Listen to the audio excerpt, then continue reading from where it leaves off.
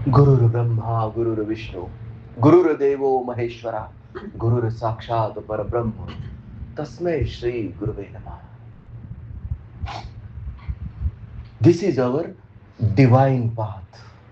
Divine path म्हणजे हा चैतन्याचा मार्ग आहे. आणि मी डॉक्टर सचिन निकम हा एक कॉन्शियसनेस कोच आहे, मॅनिफेस्टेशन कोच आहे, लाईफ कोच आहे. मॅनिफेस्टेशन कोच म्हणजे काय? तुमच्यासारख्या तरुण लोकांना खूप डिझायर्स असतात, खूप इच्छा असतात, आणि त्या इच्छा कशा पूर्ण करून घ्याव्यात हे ब्रह्मांड त्याच्या हजारो हातांनी तुम्हाला देण्यासाठी उत्सुक आहे, आतुर आहे. पण कसं त्याच्याकडून घ्यावं हे बऱ्याच लोकांना कळत नाही, आणि म्हणून त्यांना जे पाहिजे ते मिळत नाही. आणि म्हणून मी स्वतःला मॅनिफेस्टेशन कोच म्हणवतो. मी तुम्हाला शिकवतो, तुम्हाला प्रत्यक्ष दाखवतो की या चैतन्याच्या मार्गावर कसं चालायचं, स्वतःच आत्मपरीक्षण स्वतःच कसं करायचं, आणि आपल्याला आपल्या जीवनात जे हवं ते सगळंच्या सगळं कसं प्राप्त करून घ्यायचं. This is pure science. This is science beyond science. आपण एक एक गोष्ट नीट समजून घेतली, एका दिवसात हे घडत नाही, पण माझा विश्वास नाही, माझा हा अनुभव आहे की एक दिवस नक्कीच घडल्याशिवाय राहत नाही. अगदी तुम्हाला काय हवं ते तुम्ही मॅनिफेस्ट करू शकतात. This is the law of attraction. हा आकर्षणाचा सिद्धांत आहे. And this is secret. हे गुह्य आहे, पुराणातलं गुह्य आहे, गीतेतलं गुह्य आहे, आणि हे गुह्य मी तुम्हाला प्रकट करून दाखवतो. प्रकट गुह्य बोले विश्व ब्रह्मची केले. ज्ञानोबा माऊलींनी हे प्रकट करून दिलं भावार्थ दीपिकेमध्ये. पण दुर्दैवाने आपण भावार्थ दीपिका वाचत नाहीत. आपण ज्ञानोबा माऊलींनी जे पसाय दान भगवंताकडे मागितलं ते समजून घेत नाहीत, आणि ते न समजून घेतल्यामुळे आपण आपल्या जीवनात दुःखी, दरिद्री आणि निराश राहतो. कुणालाही दुःखी, दरिद्री, निराश आणि चिंताग्रस्त राहायची आवश्यकता नाही, कारण तुम्हाला जे हवं ते तुम्ही सगळं प्राप्त करून घेऊ शकता. फक्त मनाला, अंतरात्म्याला साक्षी ठेवून प्रामाणिकपणे प्रश्न विचारा, भाई आखिर तुम चाहते क्या हो? तुला नक्की काय हवं आहे? भौतिक जीवनात मला समृद्धी हवी आहे. दुःखी, दरिद्री, निराश आणि गरीब आयुष्य कुणाला जगायचं? मानसिक जीवनात मला शांतता हवी आहे, आणि आध्यात्मिक जीवनात आपल्याला परम आनंद, सच्चित आनंद हवा आहे. आणि ह्या मेडिटेशनच्या अगदी पहिल्या दिवसापासूनच तुम्हाला या महाशांतीचा आणि परम शांतीचा अनुभव आल्याशिवाय राहत नाही. प्रत्येक श्वासाबरोबर या शांतीचा आणि समाधानाचा तुम्हाला अनुभव येतो. This is experiential. This is experiential म्हणजे आधी तुम्ही साखर जिभेवर ठेवल्यानंतर तिचा गोडवा चाखून बघा. आता अक्षय, आज तू माझ्या बरोबर मेडिटेशन केलं, तुला काय अनुभव आला? काय वाटलं तुला? मी आधी केले ना, म्हणून मग म्हटलं परत या. आज रविवार असल्यामुळे म्हटलं आज सुट्टी, तर घरी झोपण्यापेक्षा इथे अनुभव काय आला? अनुभव खूप चांगला आलेला आहे सर. म्हणजे जसं की पूर्ण दिवसभरात एनर्जी, चांगलं असं फ्रेशनेस, आळस नाही येत वगैरे, आणि पॉझिटिव्हिटी. मेडिटेशन केल्याने नेहमी विचार चांगलेच येतात. आणि विचार बदला म्हणजे नशीब बदलेल. म्हणजे जर आपल्याला आपलं नशीब बदलायचं असेल तर पहिले आपल्याला काय बदलायला लागेल? विचार. आपले विचार बदलायला लागतील. आणि एक दिवस मेडिटेशन केलं, त्याच्याने तुझ्यात काय परिवर्तन झालं, तुला आत काय वाटलं, तुझ्या शरीराला काय वाटलं, मनाला काय वाटलं, हे मला अपेक्षित आहे. शरीराला काय वाटलं? श्वासाची ही साधना केल्यानंतर शरीराला काय वाटलं? शरीराला जे की आता हे जे आपण करतो त्याने माझं पूर्ण कफ वगैरे बाहेर पडतो ना, तर एकदम ते शरीर तर एकदम परत प्युअर होतच, पण हे पण माइंड पण रिफ्रेश होतं सर. यस.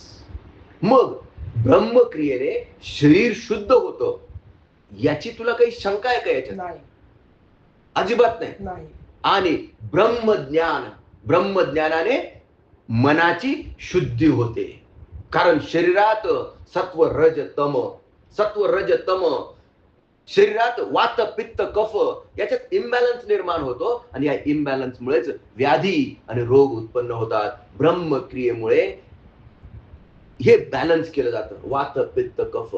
आणि ब्रह्मज्ञानामुळे मनाची शुद्धी होते, म्हणजे सत्व रज तम याच्यात बॅलन्सिंग केलं जातं. जेव्हा शरीर शुद्ध आणि मन शुद्ध होतं तेव्हा आपोआपच तुम्हाला आत्मदर्शन व्हायला लागतं, आत्मप्रकाश प्रकट व्हायला लागतो. आणि ह्या आत्मप्रकाशाजवळ तो परमपिता आहे आपल्याकडे, तो परमपिता आहे. म्हणजे आपल्या पप्पांचाही तो पप्पा आहे. लक्षात घ्या, परमपिता. आणि हा परमपिता जसे आपले पप्पा आपल्यावर प्रेम करतात, तर हा परमपिता आपल्यावर किती प्रेम करत असेल. आणि तो त्याच्या सहस्र हातांनी आपल्याला जे हवं ते द्यायला बसलेला आहे. तो उत्सुक आहे, तो आतुर आहे. पण प्रॉब्लेम हा आहे की आपल्याला घेता येत नाही. आणि ते घ्यायचं कसं हे मी शिकवतो. आणि म्हणून मी स्वतःला लाईफ कोच किंवा मॅनिफेस्टेशन कोच किंवा कॉन्शियसनेस कोच बनवतो. नीट समजून घ्या. आता तुझ्यासारख्या अक्षय, तुझ्यासारख्या तरुण मुलाला भौतिक जीवनात काय पाहिजे असतं? भौतिक जीवनाबद्दल बोलतो मी. गाडी पाहिजे, बंगला पाहिजे, सुंदर बायको पाहिजे, चांगलं घर पाहिजे, मुलं बाळ पाहिजे, बँकेत बँक बॅलन्स पाहिजे. Yes or no? तुला हे पाहिजे की नाही? Any doubt? हे सगळंच्या सगळं आपण या चैतन्याच्या मार्गावर चालून मॅनिफेस्ट करू शकतो. मॅनिफेस्ट करणं म्हणजे काय?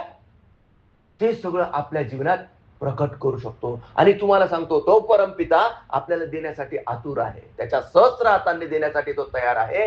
तुमची पात्रता घ्यायची आहे का? आणि ती पात्रता घेण्याची पात्रता बनण्यासाठी, अरे तुम्हाला जर डॉक्टर बनायचं असेल तर तुम्हाला पात्र व्हावं लागतं ना. नीटची परीक्षा पास व्हावी लागते की नाही? Yes or no? नीटची परीक्षा पास झाल्याशिवाय तुम्हाला एमबीबीएस ला ऍडमिशन मिळेल का? अगदी तसंच आपले वडील सुद्धा आपल्याला पप्पा मला गाडी घेऊन द्या, पप्पा काय विचार करतील? अरे तुझं वय किती आहे?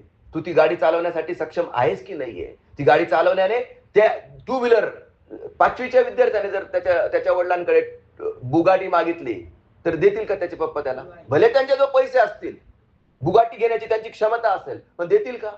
नाही. कारण त्यांना माहिती आहे की तू अजून अपात्र आहेस. आणि म्हणून माझा प्रयत्न आहे की आपल्यात पात्रता निर्माण झाली पाहिजे. आणि ही पात्रता आपल्या अंगी यावी म्हणून या चैतन्याच्या मार्गावर, म्हणजे या डिव्हाइन पाथवर मी चालण्यासाठी तुम्हाला सर्वांना प्रवृत्त करतो.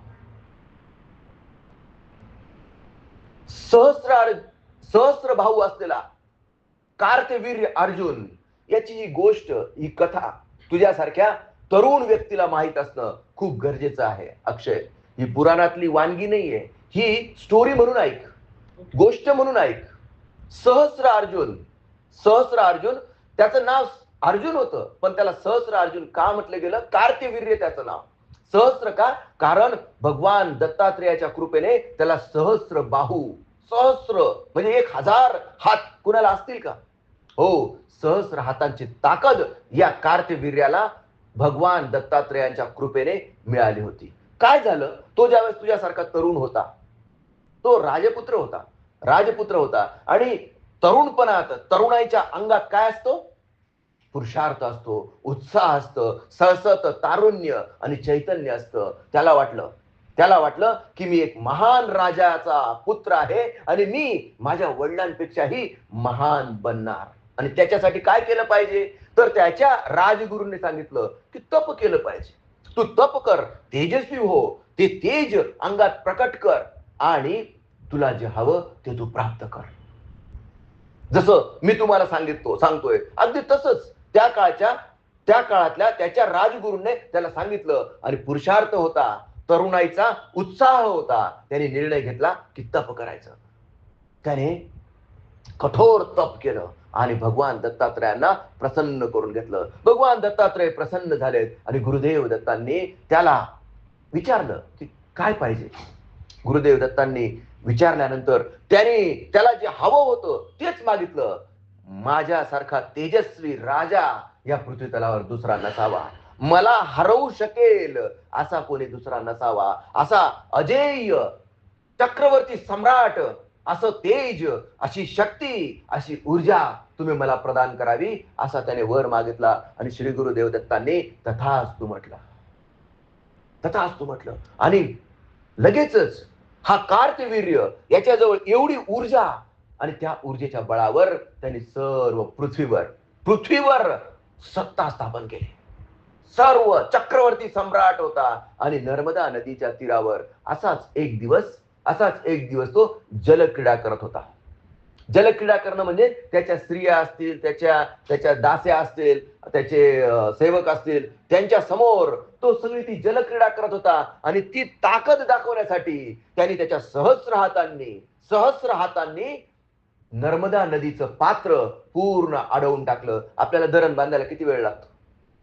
आपल्याला धरण बांधायला किती वेळ लागतो? त्यांनी त्याच्या त्या तेजाने, त्याच्या ऊर्जेने, त्याच्या त्या बलाने, त्याच्या त्या शक्तीने नर्मदा नदीचं जे पात्र होतं ते पूर्णच्या पूर्ण अडवून टाकलं. आणि पूर्ण पाणी तिथं जमा झालं. आणि सगळ्या लोकांनी आश्चर्याने वाहवा केली, जय जयकार झाला. पण त्याच नर्मदा नदीच्या दुसऱ्या तीरावर रावण आलेला होता आणि त्याला ते तीर पार करायचं होतं. त्याच्या लक्षात आलं की नर्मदा नदीत पाणी का बरं वाढायला लागलं. आणि त्याने जेव्हा त्याच्या सैनिकांना पाठवून बघितलं काय झालेलं आहे, तर त्याच्या लक्षात आलं की कार्तवीर्य सहस्र अर्जुनाने नर्मदा नदीचा जो प्रवाह आहे तो अडवून धरलेला आहे. आता अहंकार, रावणाजवळ काय आहे? अहंकार. एवढी काय याला काय एवढा त्रास झाला? आणि असं म्हणून त्याला चॅलेंज केलं. रावणाने कुणाला चॅलेंज केलं? सहस्त्रबाहूला. सहस्त्रबाहूजवळ सहस्त्रबाहूंची ताकद होती, तेज होतं, ऊर्जा होतं. त्याने चक्क रावणाशी युद्ध केलं आणि रावणाला बंदी बनवून ठेवलं. आजही तुम्हाला माहेश्वर नर्मदा नदीच्या तीरावर या रावणाला कैद करून ठेवलेली जागा आणि कार्तवीर्य सहस्त्रार्जुनाचं मंदिर पाहायला भेटेल. जाऊन दर्शन घेऊन या, बघून या काय आहे आपला इतिहास, समजून घ्या. आणि तिथंच माहेश्वरच्या खाली 4-5 किलोमीटर अंतरावर सहस्त्रधारा नावाची जागा आहे, जिथं आजही जिथं कार्तवीर्याने ही नर्मदा नदीचा प्रवाह अडवला होता, तिथं आजही सहस्र खडकांनी तो नर्मदा नदीचा प्रवाह अवरुद्ध होतो. प्रत्यक्ष को प्रमाण की जरूरत नाही. प्रत्यक्ष जाऊन बघून या. ही ताकद होती त्या सहस्त्रार्जुनाची. पण शक्ती जर विनम्रतेसोबत नसेल, शक्ती आहे, ऊर्जा आहे, ताकद आहे आणि सोबत काय आहे? अहंकार असेल तर पतन निश्चित होतं. असाच कार्तवीर्याला अहंकार झाला. अरे रावणासारख्या शक्तिवान व्यक्तीला त्याने कैद करून ठेवलं. सगळीकडे त्याचा जय जयकार झाला. तो अनभिक्षिक्त म्हणजे काय? पूर्ण चक्रवर्ती सम्राट झाला. सगळ्यांनी त्याचा लोहा मानला. असा हा कार्तवीर्य सहस्रार्जुन एक दिवस असाच फिरत जमदग्नी ऋषींच्या आश्रमात गेला. जमदग्नी ऋषी तपश्चर्या करत होते आणि जमदग्नी ऋषींची त्याचं स्वागत वगैरे केलं. पण त्या ऋषींची कामधेनू म्हणजे काय? त्यांच्याजवळ असलेली ती कामधेनू गाय, ही शक्ती या गोसाव्याकडे कशाला हवी? कामधेनू म्हणजे इच्छित जे मला पाहिजे ते देणारी शक्ती, ती गोमाता, ती कामधेनू माझ्याजवळच पाहिजे. हा लोभ त्या कार्तवीर्याला सुटला आणि त्याने जमदग्नी ऋषींकडनं ती कामधेनू हिसकावून घेण्याचा प्रयत्न केला. जेव्हा ही गोष्ट जमदग्नी ऋषींचा पुत्र म्हणजे कोण? परशुरामाला कळली की माझ्या वडिलांचा अपमान करून हा सहस्रार्जुन कार्तवीर्य कामधेनू पळवून घेऊन गेलेला आहे. त्यावेळेस परशुरामाने कार्तवीर्याला चॅलेंज केलं आणि युद्धाला बोलवलं. जेव्हा परशुरामाचं आणि कार्तवीर्याचं युद्ध झालं तेव्हा परशुरामाने त्याचे सहस्त्रबाहू कापून टाकलेत. सहस्त्रबाहू कापून टाकलेत आणि या युद्धात परशुरामाने कार्तवीर्याला हरवून टाकलं. विषय समजला का तुम्हाला? तुम्ही तप केलं तर काय प्राप्त होतं? तेज, ऊर्जा, शक्ती. पण हेच तप जर तुम्ही अहंकाराने ग्रसित झालात तर हीच ताकद, हीच शक्ती तुम्हाला तुमच्या पतनास कारणीभूत ठरते. आणि म्हणून आपले सद्गुरू आपल्याला तप करायला सांगतात, पण या तपाबरोबरच विनम्रता आणि अहंकार रहित जीवन कसं जगावं हे शिकवतात. विद्या विनयेन शोभते. विद्या आहे, शक्ती आहे, ताकद आहे, पण जर तुझ्याजवळ विनय नसेल, जर तुझ्याकडे विनम्रता नसेल, जर तुझ्याकडे नम्रता नसेल, तर सहस्रार्जुन कार्तवीर्या इतका शूर जरी असलास तरी तुझं पतन निश्चित आहे. आणि म्हणून आपण ही विद्या अर्जित करावी, हे ज्ञान अर्जित करावं, तपाचरण करून तेजस्वी व्हावं, पुरुषार्थ करावा. पुरुषार्थाने आपल्याला जे हवं ते मॅनिफेस्ट करावं. आपले विचार शुद्ध, आपली कृती शुद्ध. आणि असं ज्यावेळेस असेल, ते जेव्हा आपल्या सद्गुरूच्या कृपेने विनम्रतेच्या सोबत असेल, तेव्हाच आपलं जीवन आदर्श ठरू शकतं. आणि असं आदर्श जीवन, असे आदर्श व्यक्तित्व निर्माण करण्याचा हा आपला डिव्हाइन पाथ आहे, हा आपला चैतन्याचा मार्ग आहे. एक एक व्यक्तित्व ऊर्जावान आणि विद्येच्या सोबत, विनम्रतेच्या सोबत, आणि असं एक एक चरित्र जेव्हा घडेल तेव्हा चरित्र निर्माणचे राष्ट्र निर्माण, हे आपलं ध्येय आहे. या डिव्हाइन पाथचा, या चैतन्याच्या मार्गाचा उद्देशच हा आहे. काय की चरित्र निर्माणचे राष्ट्र निर्माण की ओर. बलसागर भारत हो, विश्वात शोभुनी राहो. हा नुसता बोलाचाच भात आणि बोलाचीच कडी नाही. अरे यारे लहान थोर, देतो मोलाविन साऱ्या वस्तू. तुम्हाला तुमच्या आयुष्यात जे मॅनिफेस्ट करायचंय ते माझ्या सद्गुरूच्या कृपेने तुमच्या आयुष्यात घडल्याशिवाय राहणार नाही. ही ऊर्जा, ही शक्ती विनम्रतेसह तुम्हाला प्राप्त हो, या शुभेच्छेसह आजच्या सत्संगाला आपण विराम देऊया. श्री गुरुदेव दत्त.